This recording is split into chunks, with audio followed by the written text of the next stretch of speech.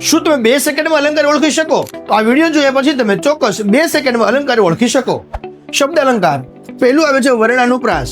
વર્ણાનુપ્રાસનો મતલબ થશે કે વાક્યમાં એક જ વર્ણ એટલે કે અક્ષર વારંવાર આવે. ઉદાહરણ જોઈએ. કાશીમાં એ કામ કાઢ્યું. અહીં ક વર્ણાનુપ્રાસ છે, આથી આ વર્ણાનુપ્રાસ છે. બીજું આવે છે યમક, જેને શબ્દાનુપ્રાસ પણ કહેવાય. એક જ શબ્દ 2 વાર આવે પણ બંનેના મતલબ અર્થ અલગ અલગ હોય. ઉદાહરણ જોઈએ. અખાડામાં જવાના મેં ઘણી વાર અખાડા કર્યા છે. પ્રથમ જે અખાડો આવે છે આનો મતલબ છે કસરતની જગ્યા. બીજી વાર જે અખાડો આવે છે એનો મતલબ થશે બહાના. ત્રીજું, પ્રાસ સાંકળી.